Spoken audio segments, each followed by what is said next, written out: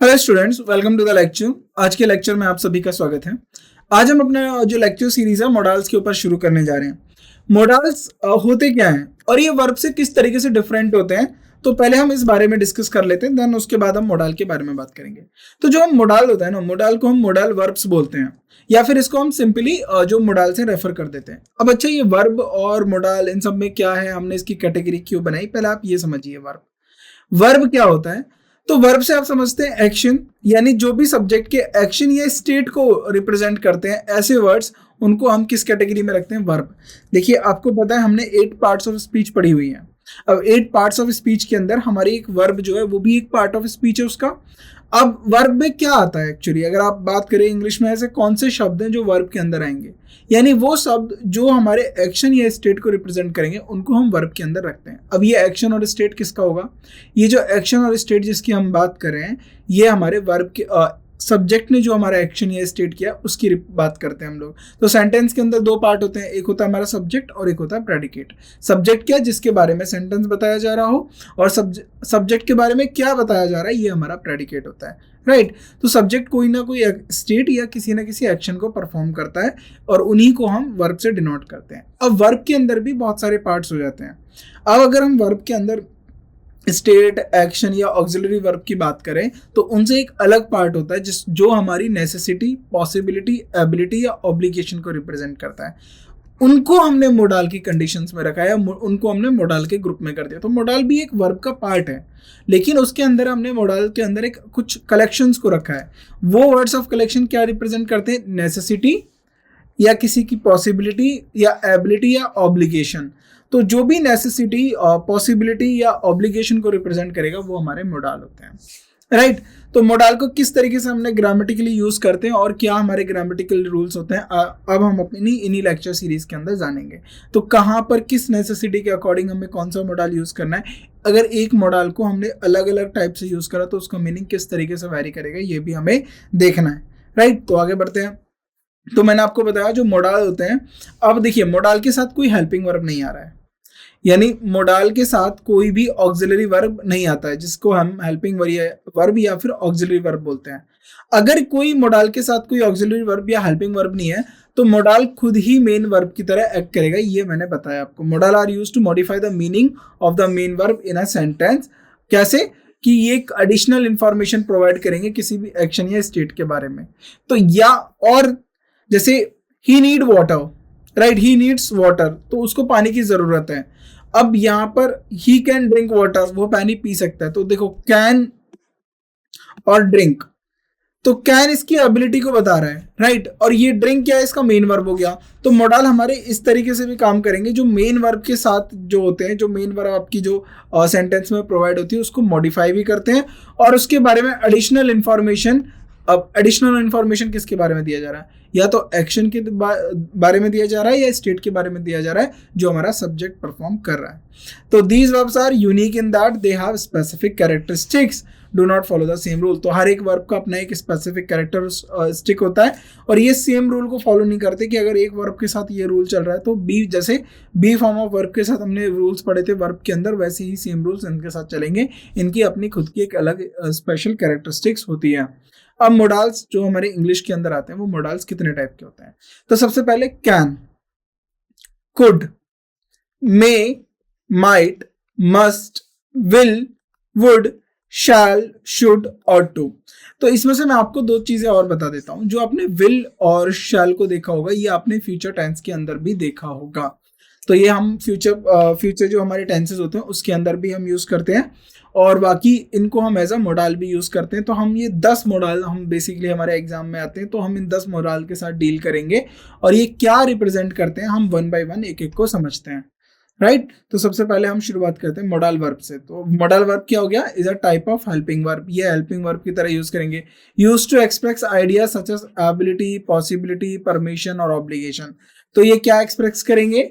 ये helping verb की तरह एक्ट करेंगे और एक्सप्रेस करेंगे एबिलिटी को कि कोई ये काम कर सकता है या नहीं कर सकता, पॉसिबिलिटी, किसी काम को करने की पॉसिबिलिटी क्या रहेगी, परमिशन मांगने के लिए या ऑब्लिगेशन के लिए। तो ये हमारे इनके 4-5 यूज हैं जिसके लिए हम मॉडल्स को पढ़ते हैं, राइट। नाउ सबसे पहले आता है मे। देखो, अगर आप फॉर्मल किसी से रिक्वेस्ट करते हो तो तब आप मे को आप क्या करोगे, एज अ परमिशन यूज करोगे। For example, may I borrow your pen. तो यहाँ पर ये रिक्वेस्ट की जा रही है, क्या मैं आपका पेन इस्तेमाल कर सकता हूँ। तो आपने देखोगे मे आई, आप अपने टीचर को बोलते हो मे आई कम इन, कम इन। तो आप क्या करते हो, आप रिक्वेस्ट कर रहे हो, क्या मैं अंदर आ सकता हूँ। अब आप टीचर से बोलते हो may I go to water, may I go to drink water, यही तो बोलते हो, may I go to drink water. तो ये आप फॉर्मल रिक्वेस्ट करते हो। तो स्कूल में आपने पढ़ा होगा, बोला होगा, टीचर से रिक्वेस्ट की होगी कि मैं अंदर आ सकता हूँ, मैं पानी पीने जा सकता हूँ, मैं बाहर जा सकता हूँ। तो इस तरीके से जब आप फॉर्मल रिक्वेस्ट करते हो किसी के सामने, तो जो फॉर्मल रिक्वेस्ट की जाती है वो मे के नाम पे यूज की जाती है, राइट। अगर पॉसिबिलिटी की बात करें हम, पॉसिबिलिटी में हम मे का किस तरीके से यूज कर सकते हैं, he may stay with us for some days. तो ये पॉसिबिलिटी है, ही मे स्टे, वो शायद हमारे साथ कुछ दिनों तक रुक सकता है। तो यानी इसके बारे में कंफर्मेशन नहीं है। अगर ही स्टेज हो जाता, राइट, ही विल स्टे, अगर मैं इसको इस तरीके से लिख देता, he will stay with us for some day, for some days. तो अब इसमें देखिए, ही विल, अब ये पॉसिबिलिटी नहीं रही है, अब ये कंफर्म है कि वो कुछ दिनों तक हमारे साथ रहेगा। ये पॉसिबिलिटी है। इसको इस तरीके से समझिए, मान लीजिए आपका कोई दोस्त है, या आप अपना कोई एग्जाम देने या इंटरव्यू देने कहीं बाहर जा रहे हैं, और आप अपने दोस्त के यहाँ कॉल करके बोलते हैं कि मुझे ना कुछ दिनों के आपके पास रुकना पड़ सकता है। तो उस कंडीशन में क्या होगा, वो अपनी मदर से बोलेगा he may stay with us for some days. तो वो हमारे साथ कुछ दिनों तक रह सकता है। तो यहाँ पॉसिबिलिटी है। लेकिन वो बोल दे कि नहीं यार, मेरे को कुछ रूम बाहर कोई नहीं मिल रहा है, तो मैं आपके साथ ही रुकूंगा। तो पहले वो बोल रहा था शायद रुक सकता हूँ, अब बोल रहा है आपके साथ ही रुकूंगा। तो देन अभी हम अपनी मदर को, उसके फ्रेंड ने अपनी अपनी मदर को बोला he will stay with us for some days. तो यहाँ पर कंफर्म जो है, कंफर्म हो गया है कि यहाँ पर कोई पॉसिबिलिटी नहीं रही है, यहाँ पर वो आएगा ही, रुकेगा ही। तो अगर पॉसिबिलिटी की बात होती है तो he may stay with us for some days. तो हम इसको प्रोबेबिलिटी कह सकते हैं, किसी बात को होने का कितना प्रोबेबिलिटी हो सकता है। तो उसके लिए अगर आपको क्लियरिटी नहीं है, तब हम यहाँ पर पॉसिबिलिटी का साइन यूज करते हैं, मे को एज ए यूज करके। नाउ माइट, अगर पास्ट पॉसिबिलिटी की बात करें, he might have forgotten my keys at the cafe. तो अगर हम पास्ट प्रोबेबिलिटी की बात करें, जो देखिए ये जो प्रोबेबिलिटी है ये आगे चल के होगी, he may stay with us for some days. लेकिन जिस पास्ट पॉसिबिलिटी की बात करें, जो पास्ट पॉसिबिलिटी है वो हमारी he might have forgotten my keys at the cafe. तो वो हमारी जो कीज है वो वो भूल गया था, राइट। तो पास्ट की पॉसिबिलिटीज को बात करने के लिए हम माइट का यूज करते हैं, राइट। यहाँ पर एक और देखिए, पॉसिबिलिटी की जब भी हम बात करते हैं ना पास्ट से रिलेटेड, तो यहाँ पर हम इफ क्लॉजेस को भी यूज करते हैं। इफ जो होते हैं ये हमारे कंडीशनल सेंटेंसेस होते हैं। हम आगे चल के कंडीशनल सेंटेंसेस के बारे में भी पढ़ेंगे, कंडीशनल सेंटेंसेस क्या होते हैं, किस तरीके से इनका यूज होता है।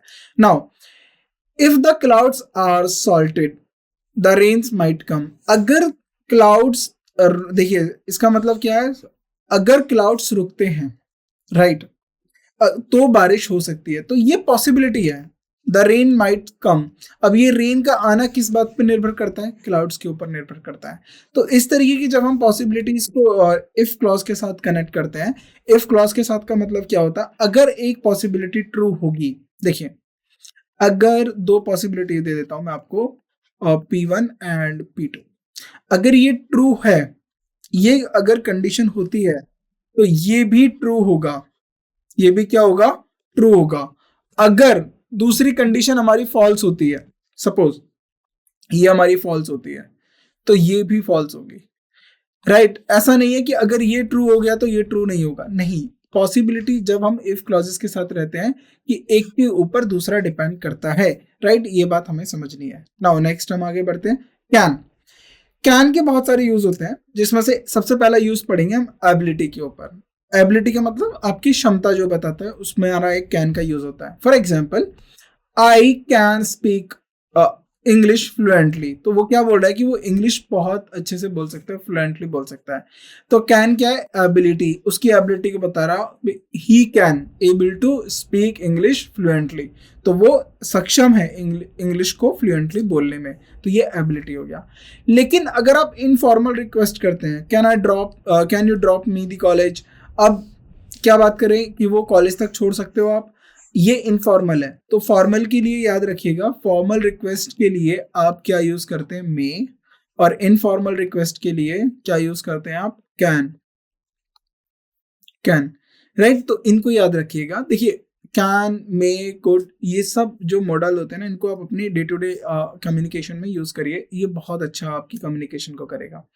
Permission, can I use your phone for some time, तो जब आप परमिशन की बात करते हो कि क्या मैं आपका फोन कुछ समय के लिए इस्तेमाल कर सकता हूं, तो परमिशन के लिए भी बात करते हैं, राइट। परमिशन के लिए भी हम कैन को यूज करते हैं, रिक्वेस्ट के लिए भी कैन को यूज करते हैं, और एबिलिटी को तो कैन के थ्रू ही हम रिप्रेजेंट करते हैं, ये हमें याद रखना है। Now next, could, right. Ability, अगर कोई पास्ट की एबिलिटी की बात कर रहे हो, I could run fast when I was younger but now I can't, तो ये बोल रहा है कि जब वह यंगर यानी जब वह छोटा हुआ करता था तो वो बहुत तेज दौड़ता था, but now I can't because now he is not young, right. तो जब भी पास्ट की एबिलिटी की बात करोगे तो पास्ट की एबिलिटी को बात करने के लिए हम कुड का यूज करेंगे, और कैन का यूज करेंगे हम अभी प्रेजेंट की एबिलिटी की जब हम बात करते हैं, राइट। नाउ रिक्वेस्ट भी हम कुड के जरिए कर सकते हैं। अब रिक्वेस्ट किस तरीके से करी जाती है, अगर रिक्वेस्ट आपकी पोलाइट मैनर में है। पोलाइट मैनर का मतलब क्या है कि अगर आप बहुत प्यार से या पोलाइट तरीके से किसी से रिक्वेस्ट करते हैं कि वो आपकी रिक्वेस्ट को खारिज ना करे, आपको सुने, तो could you lock the door when you leave, तो क्या आप दरवाजा बंद कर सकते हो जब आप जाओगे। तो यहाँ पर जब आप पोलाइट वे में बात करते हो, कैन इनफॉर्मल रिक्वेस्ट होती है, और मे आपकी फॉर्मल रिक्वेस्ट होती है, लेकिन पोलाइट वे में रिक्वेस्ट करना हो तो आप कुड का भी यूज कर सकते हैं। Possibility, he could save himself from falling, तो वो खुद को बचा सकता है गिरने से, तो पॉसिबिलिटी के लिए भी हम कुड को यूज करते हैं। तो कुड के भी 3 यूज हैं, कैन के भी 3 यूज हैं, ये आपको याद रखने हैं और नोट डाउन करके खुद से आपको इनके ऊपर सेंटेंस बनाने हैं। Now next, should, you should follow the traffic rules. तो ड्यूटी की बात जब करते हैं, आपकी जिम्मेदारी की जब बात करते हैं, तो हम शुड यूज करते हैं। This is your duty, you should to do it, तो इसका मतलब क्या है, यह है आपका काम है, आपको करना ही चाहिए।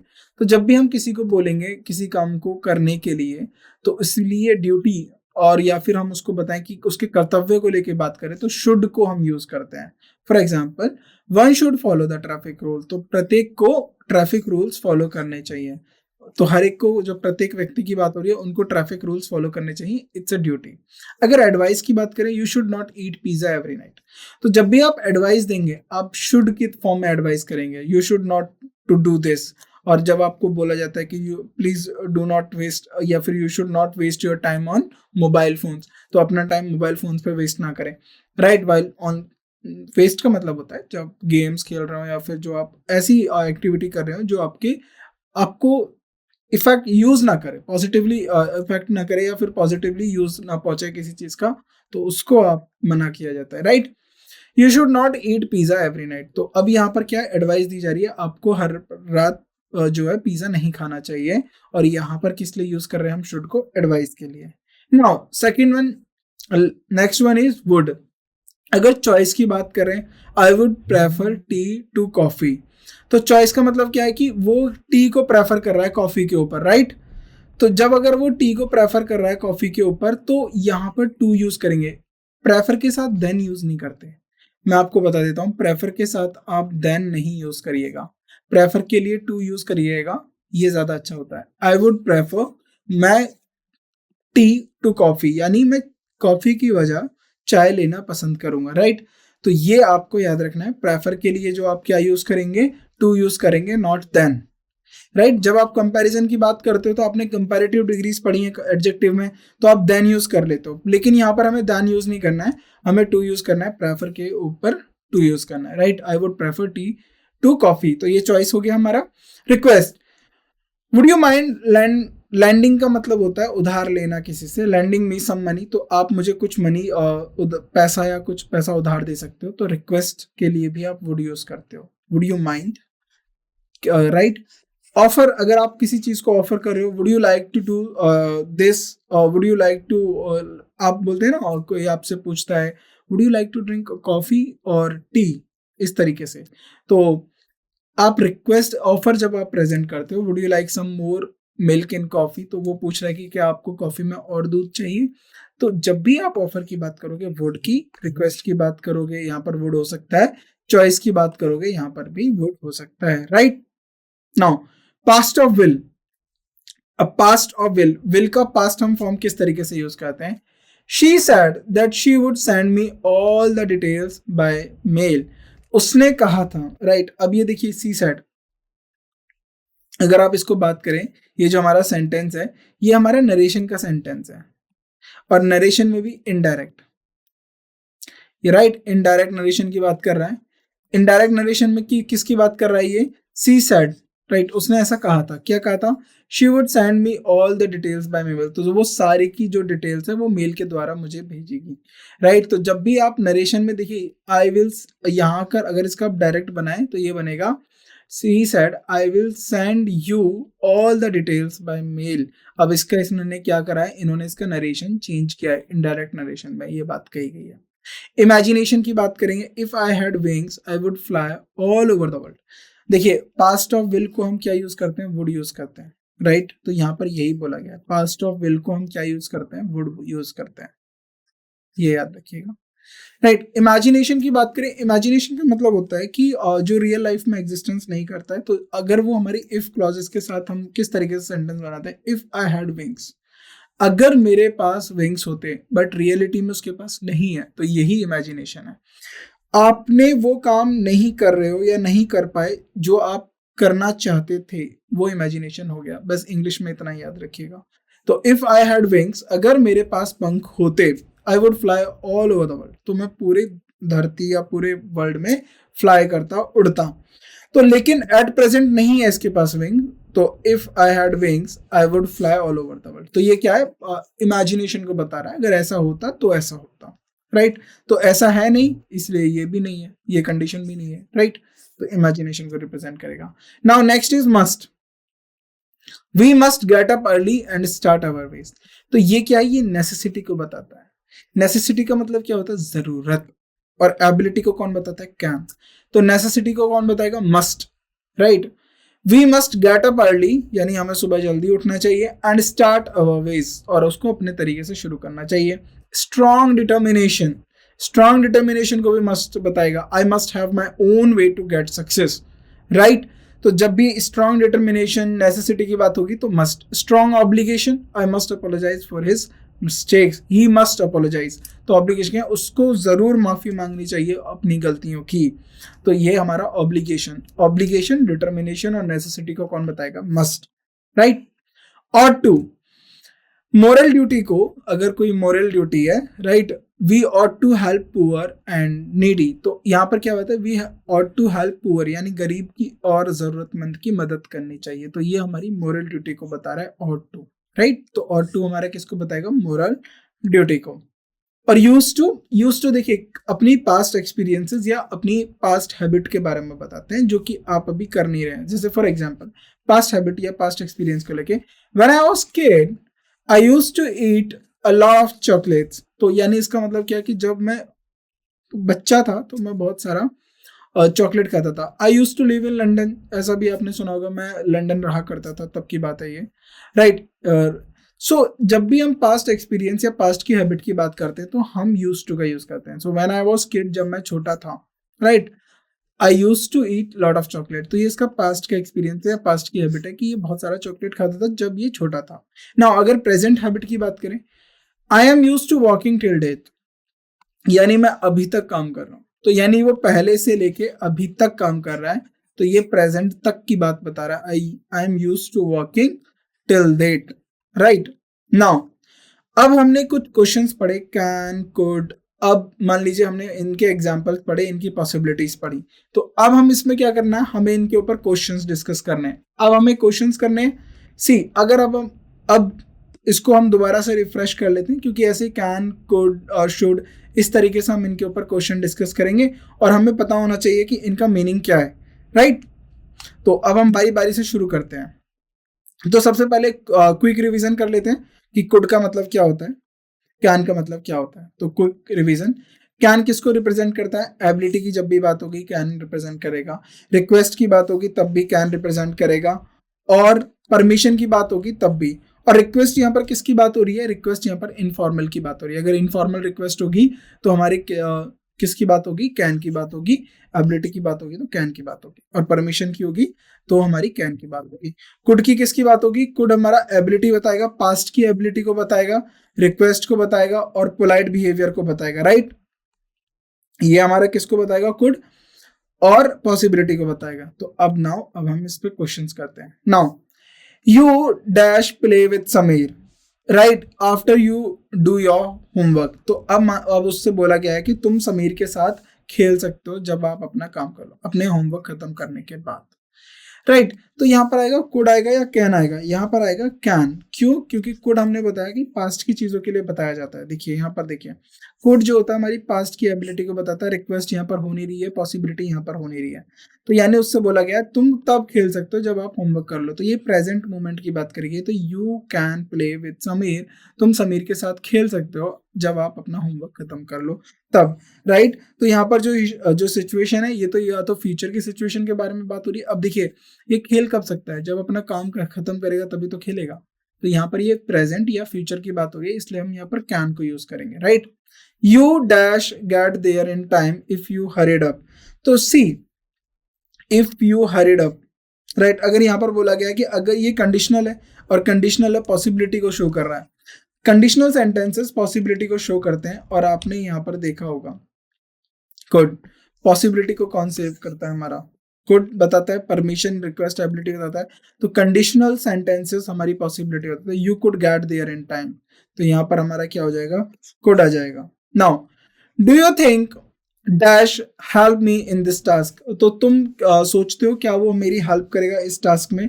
तो देखिए do you think you could help me in this task, तो क्या तुम सोचते हो आप मेरी हेल्प करोगे इस टास्क में, तो कुड। आप क्या कर रहे हो, आप पोलाइट रिक्वेस्ट कर रहे हो, आप किसी से पोलाइट वे में रिक्वेस्ट कर रहे हो, पोलाइट वे में पूछ रहे हो उसकी परमिशन के लिए, तो कुड यूज होगा। Now next, do the urgent task first, then do the urgent task first, तो जो अर्जेंट टास्क है उसको पहले करो, then dash check the rest, तो उसके बाद आप दूसरे टास्क को चेक कर सकते हो, रेस्ट कर सकते हो।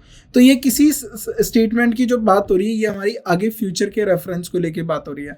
कैसे मुझे पता, क्योंकि पहले आप क्या करोगे, पहले आप अर्जेंट टास्क की बात करोगे, उसके बाद आप दूसरे टास्क को लेकर बात कर सकते हो। तो पहले आपको कौन सा टास्क करना है, पहले आपको अर्जेंट वाले टास्क करने, right.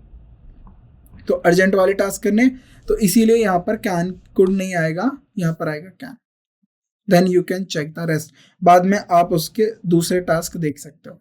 Now the next one is may versus might.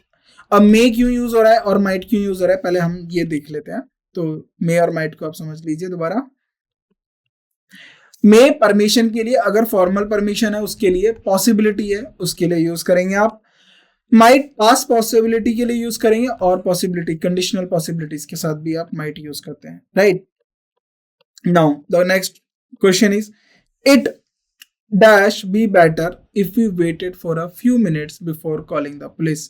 तो इट डैश, अब देखिए पॉसिबिलिटी की बात हो रही है, अब पॉसिबिलिटी की बात हो रही है, if we waited for a few minutes before calling the police, तो पॉसिबिलिटी, सजेशन, और यहाँ पर अनसर्टेन बात हो रही है, राइट।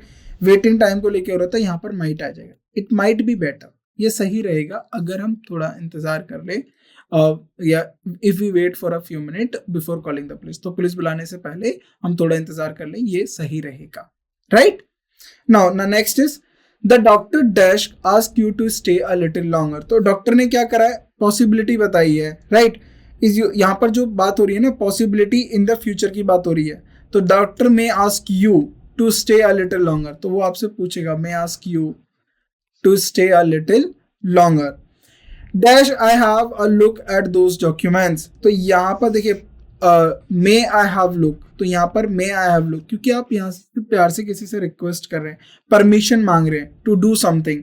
तो क्या परमिशन मांग रहे हैं, क्या मैं उन डॉक्यूमेंट्स को देख सकता हूं? तो जब आप परमिशन की बात करते हैं ना, तो वहां पर मे का यूज होगा, राइट। परमिशन की बात करते हैं, मे का यूज होगा। यहाँ पॉसिबिलिटी की बात करी जा रही है, right. Now next, may versus should. अब मे तो आपको पता है, आप शुड के बारे में बात कर लेते हैं। शुड किस लिए यूज किया जाता है?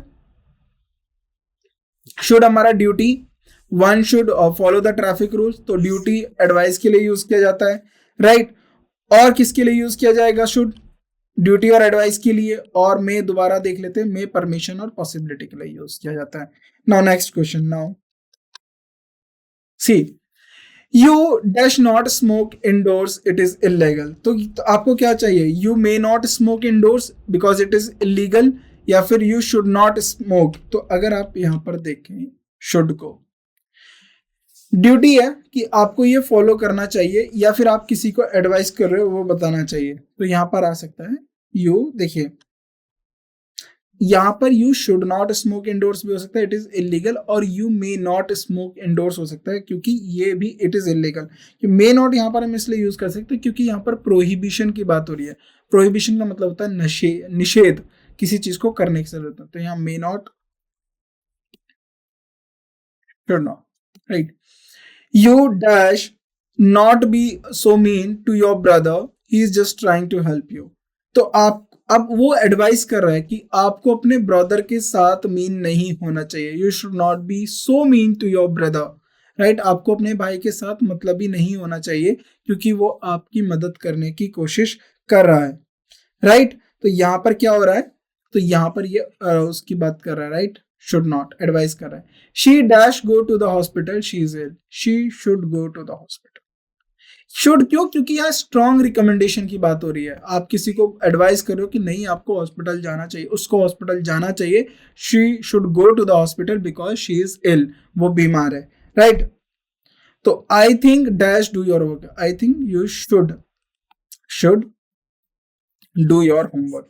तो आपका अपना काम करना चाहिए, I think you should do your homework. तो आप यहाँ पर क्या बात कर रहे हैं? यहाँ उनको बता रहे हैं कि आपको करना चाहिए। I think you may do your homework नहीं होना, यू शुड, आपको काम करना ही चाहिए, right.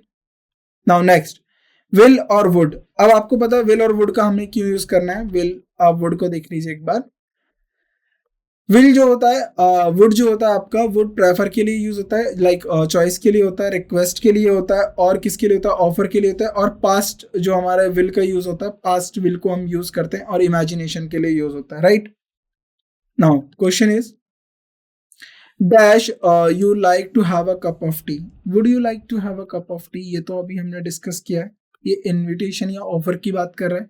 Dash go fishing this weekend if the weather is good, वो बोल रहा है कि हम अगर वेदर अच्छा हुआ तो हम फिशिंग पे जाएंगे। तो यहाँ पर देखिए, अगर आप इफ क्लॉज की बात करते हैं तो वुड को कैसे होता है? Would you mind lending me some money, request offer कर रहा है, और इमेजिनेशन, राइट। लेकिन यहाँ पर इमेजिनेशन की बात नहीं हो रही है, यहाँ पर कंडीशन किस पर डिपेंड करती है? अगर वेदर अच्छा हुआ, if the weather is good, अगर वेदर अच्छा है तो हम फिशिंग करने जाएंगे, वी विल गो फिशिंग, क्योंकि ये डिपेंड कर रहा है वेदर के ऊपर, राइट। तो यहाँ पर विल आएगा। I dash call John if I had his number, I would call, क्यों? अगर मेरे पास, if I had his number, अगर मेरे पास उसका नंबर होता तो मैं जॉन को बुलाता। तो सारा सब कुछ डिपेंड किसके ऊपर कर रहा है? कि नंबर होता, बट करंट सिनेरियो क्या है? कि नंबर नहीं है, इसीलिए वो जॉन को नहीं बुला पाया, right. If the weather is good, अगर वेदर गुड है तो वो वहां पर जाएगा, राइट। तो ये कंडीशन ट्रू है। तो इस तरीके से हमारे क्वेश्चंस यहाँ पर हमने वुड और शुड और इस तरीके से क्वेश्चंस किए। बाकी के जो हम नेक्स्ट क्वेश्चंस है या जो भी अगला कॉन्सेप्ट है वो हम अपनी नेक्स्ट क्लास में करते हैं। तो आज की क्लास को हम यहीं रोकते हैं। Thank you so much.